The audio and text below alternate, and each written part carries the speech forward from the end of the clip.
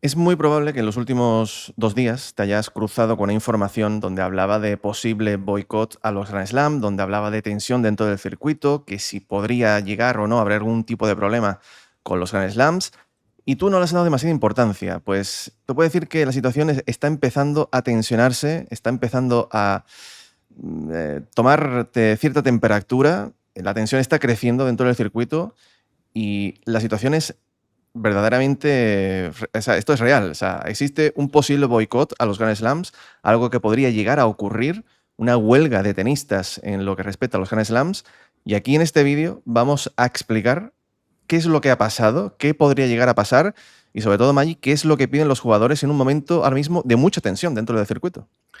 Pues sí, José, ¿qué tal? Porque claro, alguno pensará, bueno, ¿y este boicot de dónde sale? O sea, ¿cuál es el motivo para boicotear a los Grand Slams? Y los Grand Slams nos cuentan prácticamente, nos promulgan constantemente que están batiendo récords históricos de asistencia, que cada vez hay más gente viendo tenis, que en general pues hay récords de visitas, de asistencia, de venta de entradas.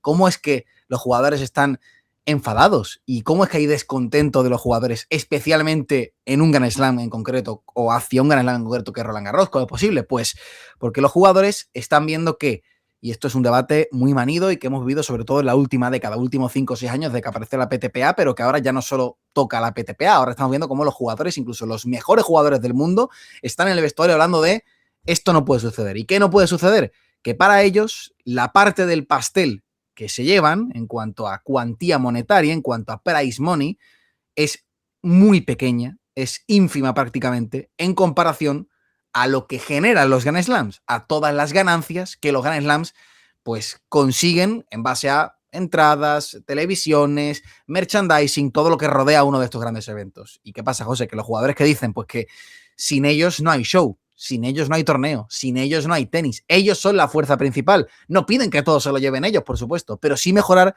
el porcentaje que se están ganando ahora mismo. Un porcentaje de prize money que alguno verá. El prize money sube a récords históricos en el US Open, en Australia, en Roland Garros, en Wimbledon. Es correcto. Pero claro, las ganancias de los torneos también están subiendo a niveles históricos y esa subida, si hablamos de porcentajes, no está siendo equitativa con respecto a lo que los jugadores se llevan. Y ahora vamos a indagar un poquito y a profundizar en ello, qué piden los jugadores, de dónde venimos y qué es lo que les gustaría tener en el futuro para que al final, José, ¿de qué se trata? Que el ecosistema del tenis sea rentable, sea viable, estemos todos en armonía, difícil cuando hay tantas partes, pero que por lo menos los jugadores estén satisfechos y no haya este ruido dentro del vestuario.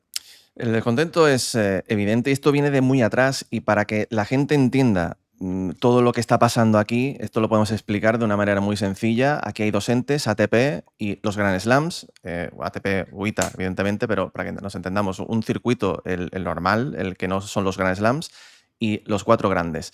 Y cada uno, pues, tienen esa pelea siempre de qué dinero se reparten a los jugadores, ¿no? Y hace ya, pues, casi 20 años, los jugadores en aquella época, finales de la década de la primera década del 2000, pues amagaron con hacer una huelga en los Grand Slams si no cambiaba la historia. Y es que antiguamente los torneos, todos, tanto ATP como Grand Slam, repartían menos de un 10% de sus beneficios. Y alguno pensará, ¿cuántos son los beneficios que pueden obtener? Un Grand Slam, en la actualidad, más o menos genera en torno a los 500 millones de beneficio y los torneos ATP de Master 1000, los de 2 semanas, en torno a la mitad, 200 millones más o menos, 180, 200, 220, depende cuál, gira en torno a eso.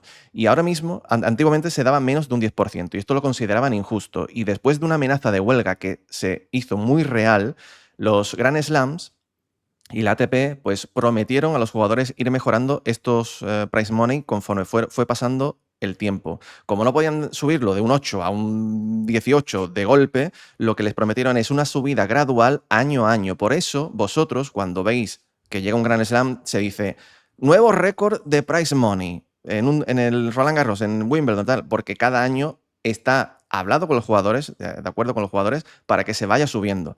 Ahora mismo, tras subidas de todos los años, poquito a poco, lo que hay es dos diferentes reparticiones. La ATP actualmente reparte en torno al 22% de los beneficios de los torneos ATP. Aparte tienen otras historias como los bonus a final de año, si tú compites en los 500 y los Master 1000, pensiones, mejora de La pensiones, pensión, esto es, sí. multitud de cosas que ATP se está moviendo para mejorar las condiciones. Mejorar. Pero los Grand Slam están anclados entre el 13 y el 15. Ellos siguen generando mucho dinero, cada vez más. Es la guinda del pastel. Aparte, cada vez, ahora que si un día más de competición, que si ahora hacemos una previa con unos torneos que si no sé cuánto, eso sube al final la audiencia, los tickets, las entradas y demás, y hacen que cada vez la diferencia siga siendo menor. O sea, en los Grand Slam hay algunos que dan un 13, un 14, otros un 15, pero es una cantidad muy pequeña. ¿Qué piden los tenistas? Que es algo, según dicen, pues, digamos, justo, porque que esté en torno al 30 o un poquito más del 30. Hay otros deportes, como el golf, como la NBA, donde se acercan incluso al 50% de los beneficios globales. A lo que se ajustan es a lo que tú decías antes, ¿no? Si nosotros no hay espectáculo, si nadie juega, si no hay tenistas, ¿qué va a hacer Roland Garros si no hay ningún tenista para jugar? O si los 100 mejores dicen no jugamos. Ese es el problema que tienes realmente en torneo, ¿no? Entonces, esto es lo que hay actualmente y lo que se pide. La cosa es que todo se ha originado, esta tensión última, Magic, se ha originado porque Roland Garros, hace un par de semanas, cuando emite su nuevo prize money para 2026, algo ocurre ahí para que los tenistas hayan dicho, ya estamos hartos. Fíjate que todo este descontento, además, José, se viene creciendo, se viene generando, el caldo de cultivo ya está desde el año pasado. Algunos recordarán que el año pasado había unas noticias de que los mejores jugadores del mundo, Coco Gauff, Carlos Alcaraz, Aryna Sabalenka, habían firmado una carta a los Grand Slams formal pidiéndoles primero reunirse con ellos. Le pedían tres cosas: más transparencia, que mejorasen el prize money para los jugadores para estar justo lo que te has dicho en el futuro, ¿no? Por lo menos en torno a los niveles del ATP, por lo menos acercarse al 20% de las ganancias globales, que ese 20% vayan destinados a los jugadores, y también les pedían pues algo así parecido a un consejo de jugadores, un espacio donde poder reunirse y sentarse con ellos a la mesa para que los jugadores tengan peso en las negociaciones y en las decisiones, que haya al menos una presencia de los jugadores ahí. ¿Qué pasa? Que todas esas demandas de los jugadores, ha habido algunos Grand Slams que las han ido aceptando. De hecho, ahora hablaremos después de lo que vamos a comentar, de dos Grand Slams que sí que han mejorado un poquito las condiciones y que ha dejado un poquito a los jugadores más contentos, pero los tenistas, casi un año después, se han encontrado con que Roland Garros, de cara a este 2026, ha anunciado de golpe y porrazo, sin hablarlo con ningún tenista, ningún agente, ninguna de estas personas que querían hacer de intermediadores o de mediadores entre Grand Slams y jugadores, nadie ha sido consultado y de repente Roland Garros publica todos los datos del prize money de este año, de la cuantía de premios en metálico que se llevan los jugadores este año. Hay una subida de en torno al 9%. ¿Qué pasa? Que los jugadores comparan el dinero que generó Roland Garros el año pasado, las ganancias de Roland Garros el año pasado, digamos, hacen la regla equitativa, ¿no? Efectivamente. ¿El qué habías dicho? Estimación. Eso es, hacen una estimación de lo que se va a generar este año, comparan el aumento de beneficios con respecto al año pasado a este y el aumento de prize money que se llevan los jugadores con respecto al año pasado a este, y se dan cuenta de que Roland Garros sigue completamente anclado en ese 13 y pico % de dinero que reciben los jugadores, que sigue siendo una cifra muy, muy baja. Los jugadores se dan cuenta de que Roland Garros ha hecho caso omiso, de que a pesar de que Roland Garros anuncia récord histórico de beneficios y de ganancias, los tenistas siguen llevándose la misma parte del pastel que antes e incluso menos, y comienzan a hablarlo y a decirlo en el vestuario. ¿Por qué digo esto? Porque el Open de Australia había subido el prize money un 16% este año con respecto al pasado, que es algo... Dime. Es que ellos tenían, o sea, los Grand Slam tenían apalabrado subir en torno a un 15 o más por ciento cada año, y este año Roland Garros, pues al emitir el 9, es lo que ha hecho que ya la gente se haya hartado. Eso es. ¿Por qué lo digo? Porque una subida del 15 o 16% se ajustaría a que poco a poco los tenistas vayan acercándose a ese 22% de beneficio total de lo que gana el torneo.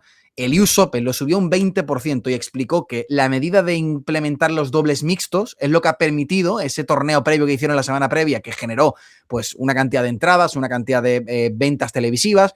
Eso ha permitido que la subida de prize money fuese adecuada o se adecuase a esa subida de, digamos, de lo que es la tarta global, que la porción que corresponde a los jugadores del pastel sea cada vez mayor. Y eso solo se da si la subida que reciben ellos de prize money es correspondiente a la subida que tienen los torneos de beneficios.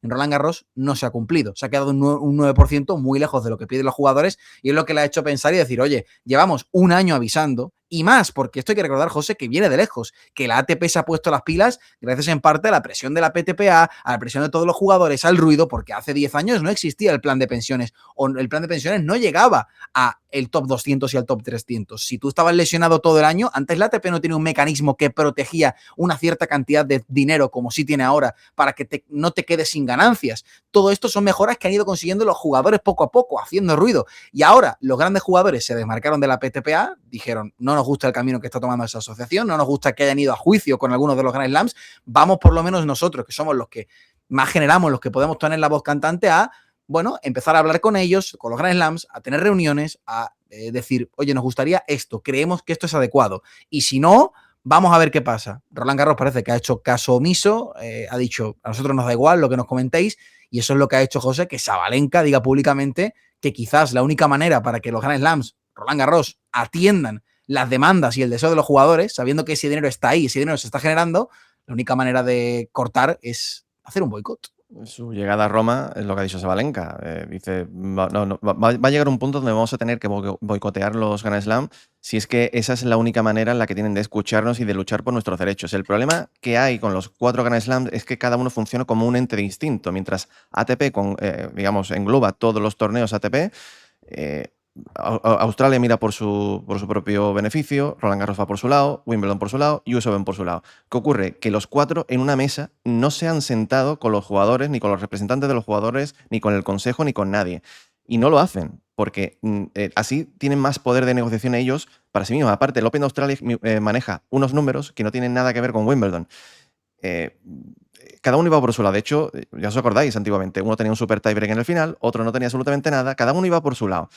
Y esto es el problema realmente que tiene el tenis, que hay 4 entes en los 4 Grand Slams que la cada uno... fragmentación, sí señor. Y esto al final lo que provoca son diferente disparidad, diferente tipo de problemas. Y Roland Garros, al haber hecho esto, al haber llegado al punto de decir, pues yo subo el prize money sin consultar con nadie, encima subo menos de lo que yo he apalabrado, ha provocado que los jugadores digan, ostras, esto no puede seguir así. Si esto, el próximo Grand Slam, que es Wimbledon, que dentro de muy poco también va a anunciar su prize money, hace lo que quiere y no lo consulta con los jugadores, y dice, oye, este año os vamos a subir un 15. ¿Estáis de acuerdo? No, queremos un 17. Vale, lo estudiamos. Si no se sientan con ellos y hacen lo que quieren, en Wimbledon es muy probable que los jugadores lleguen a un punto de tal hartazgo que es probable que se puede producir una huelga. Y esto lo podemos decir aquí, un 5 de mayo, que a lo mejor a la gente dice, esto no va a ocurrir. Amigos, hace ya tiempo que esto se viene gestando y hace mucho tiempo que el peligro fue real. O sea, real. ¿Por qué? Los jugadores al final tienen esa, digamos, esa fuerza de decir, oye, si yo y el top 25, top 30, top 50 se baja de un Grand Slam asumiendo las pérdidas que para ellos conllevan, realmente quien más sufre va a ser el torneo. Porque va a perder millones y millones y millones por falta de público en la televisión, por sponsors que no van a poner dinero encima de la mesa, los espectadores comprando las entradas, multitud de cosas. Y eso no le interesa a nadie. O sea, los torneos no les queda otra que sentarse con los jugadores, que escucharles y pues colmar sus deseos, porque más les pese a ellos, sin tenistas no hay espectáculo. Es lo que dice Sabalenka. Sin nosotros no hay show y sin tenistas no hay torneos. O los torneos y los jugadores llegan a un acuerdo y se cumple, o esto algún día va a explotar y a Wimbledon evidentemente no querrá que le ocurra a él. Oye, si le ocurre a US Open, pues que ellos vean, ¿no? Pero si esto ocurre, puede ser muy gordo para el mundo del tenis. Es que la amenaza nunca ha sido tan real porque el tenis no deja de ser un deporte individual y organizar un boicot es muy complicado. Pero si verdaderamente hay tanta tensión en el vestuario y poco a poco se va calentando y se va caldeando el ambiente, tú imagínate el poder que podría tener, bueno, es que ya ocurrió antiguamente, en aquel Wimbledon del pasado, después del incidente con Niki Pilic, y eso cambió, hizo cambiar a las cosas a la ATP, y eso fue, de hecho, la semilla de que naciese la Asociación de Tenistas Profesionales. O sea, es el gran ejemplo de que cuando los grandes jugadores verdaderamente se han reunido para algo, ha funcionado, pero es que de eso han pasado ya más de 6 décadas, hace mucho tiempo, desde que los grandes tenistas se unieron y dijeron, hasta aquí hemos llegado, nos plantamos. Entonces, los Grand Slam ven que tienen tantísimo poder y tantísimo margen de maniobra al darse cuenta de que tratan con un deporte, primero, fragmentado, en el cual hay muchas piezas que se van moviendo alrededor y nunca terminan de unirse, y segundo, un deporte individual en el que un tenista puede decir, todo el mundo va a boicotear esto, pero yo tengo una gran oportunidad de lograr más dinero que nunca, de lograr más éxitos que nunca, igual yo me salgo y nadie me puede decir nada. Ese aspecto individual del deporte y esa naturaleza, incluso a veces egoísta de los tenistas, ha hecho que los Grand Slam siempre estén muy cómodos y siempre vean su papel desde un punto de vista: aquí mando yo y nadie me va a poner puertas al campo. Bueno, quizás ahora es el momento de cambio, ¿no? Cuando los jugadores se han dado cuenta de que lo que están percibiendo, a pesar de que están récords históricos y todo lo demás, pero tal y como está el mundo, esos récords históricos a veces son relativos, tú ajustas a la inflación y tampoco es tan distinto lo que cobra el campeón de Roland Garros ahora mismo con respecto a lo que cobraba el de Roland Garros de hace 15 años, pero más allá de eso, se dan cuenta de que los torneos están generando cada vez más dinero y que la parte del pastel que ellos ven es muy pequeña, que aquí está realmente la raíz del problema. Que tú ves otros deportes y por mucho que es difícil comparar, si yo soy tenista y yo veo un golfista que se lleva un 30% de lo que genera un gran torneo de golf y yo me llevo un 15%, a mí me hierve la sangre porque digo, además es que el tenis genera más que estos deportes. Y hay jugadores de otros deportes menos mundiales o globales que se están llevando más dinero que yo en un deporte en el que además el 250 del mundo tiene que buscarse las papas para ganarse la vida. Y esta ha sido la gran batalla de los tenistas y que hemos reivindicado aquí miles de veces, que poco a poco se están mejorando esas condiciones y se han mejorado las condiciones de aquí hace 10 años, y eso hay que decirlo, pero se ha mejorado porque por fin se ha hecho ruido y se ha puesto el foco en esto. Así que quizás ahora, para dar el siguiente paso, José, toca pues también dar un siguiente paso dentro de la reivindicación y dentro de el poder de negociación que pueden tener los jugadores. Hay que hablar de una cosa muy importante respecto a todo esto, porque una vez que sale la noticia, durante todo el día de ayer hay muchos comentarios en redes sociales donde se habla de un tema que no corresponde con este. Lo que piden los tenistas es, si nosotros, en global, todo un torneo con... ¿Cuántos tenistas hay? 128 en el masculino, 128 en el femenino, el dobles. ¿Cuántos tenistas hay? Un montón. Si nosotros, en global, generamos 500 millones, pedimos ser, digamos, unos premios acordes a nuestro caché, nuestro valor y a todo lo que aportamos, porque 500 millones es mucho dinero para un torneo, ¿eh? Si no lo tienen, ahí es donde está el problema. Pero se pide en global, ¿vale? Que el reparto sea global. No pide que el ganador, en vez de recibir 3 millones, reciba 9. No, eso no se está pidiendo. Se está pidiendo que todos los premios sean equitativos para todos los que participan. Es decir, lo que no podía ser es que antiguamente el que perdía en primera ronda se llevaba $15.000. Y eso es muy poco realmente. Ahora se está luchando y ahora casi son $100.000 lo que reciben los de primera ronda.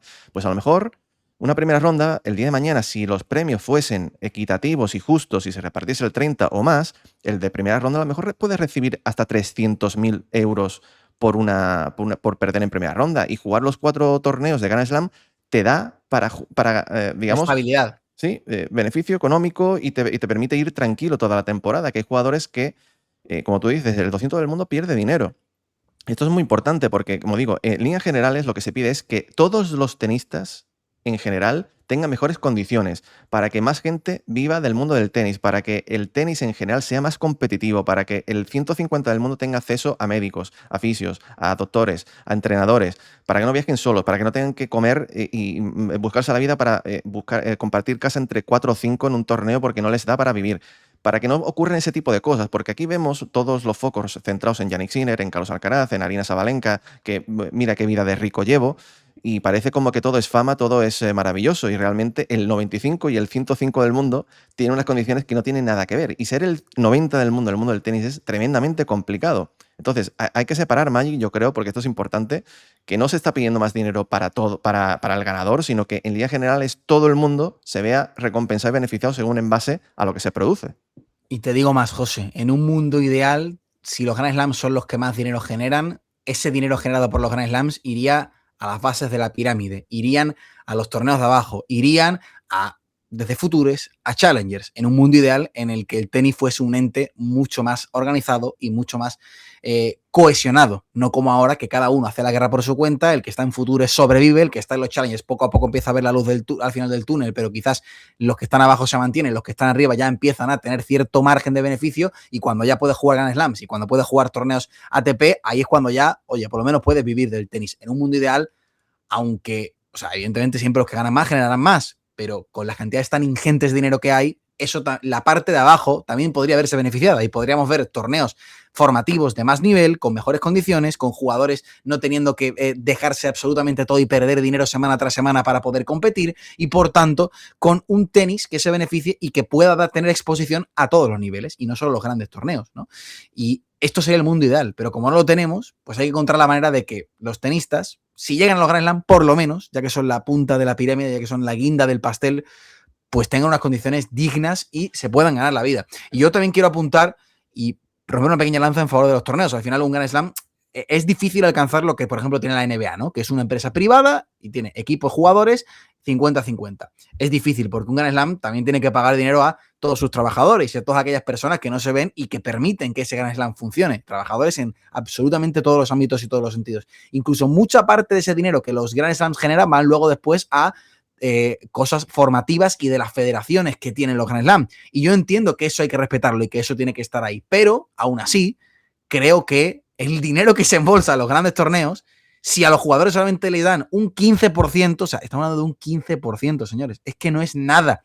No justifica todos los gastos extra que tiene que acometer un Grand Slam, no justifica que a los jugadores, que son los que permiten que estos torneos brillen y que tengan un foco que genere todo ese dinero, eso no justifica que sea apenas de un 15%. Y yo veo que ese 30% que piden los jugadores muchas veces, me parece, vamos, más que razonable y que tienen un margen de error de sobra los Grand Slam para mantener todo aquel programa formativo que tenga, pagar federaciones, pagar a trabajadores. Yo creo que un 30%, José, oye, creo que parece a priori bastante razonable, al menos desde nuestra posición y con todo lo que se está diciendo y todo lo que se está comentando en estas últimas semanas. Es que los 4 Grand Slam pertenecen a las 4 federaciones de cada... transatlánticas. O sea, uno la Federación Francesa, la Federación Británica, la estadounidense y la asiática de Australia. Entonces, entre ellos pues, ahí entran cientos de millones a expuertas para poder ellos hacer lo que quieran a nivel de escuelas, para poder invertir en mejores jugadores que salgan el día de mañana. Pero claro, los tenistas dicen, ostras, pero nosotros somos los que realmente... Si yo soy de Letonia, yo quiero ganar en base a lo que yo genero en este Grand Slam, que no ese dinero vaya destinado a poder construir una pista nueva en Wollongong, Australia, ¿no? Como es lógico. Es que es así. La cosa es que este miércoles 6 de mayo, según cuenta The Athletic, se van a reunir los jugadores en Roma para hablar de este tema, de qué cosas van a pensar de cara a lo que ha pasado con Roland Garros. Y en el siguiente Roland Garros también van a hacer una reunión como cada año, donde se va a reunir todo el consejo de jugadores y van a hablar, esperan, con Roland Garros para que esto el año que viene no ocurra así. Y como digo, ahora mismo todos los focos, toda la presión está puesta en Wimbledon, que dentro de poco tiene que sacar su prize money a ver qué es lo que hace. Y de verdad que se puede liar un poco el tema como no, digamos, cumplan lo que han prometido. Pero bueno, espero que os haya quedado un poquito claro todo lo que está pasando, la situación que podría llegar incluso a ocurrir. Tus comentarios siempre son muy importantes. ¿Qué piensas de todo esto que hemos comentado aquí, de todo lo que piden los jugadores? Déjanos aquí abajo un comentario con tu opinión de lo que piensas, el me gusta y nos vemos. Hasta pronto. Chao, chao.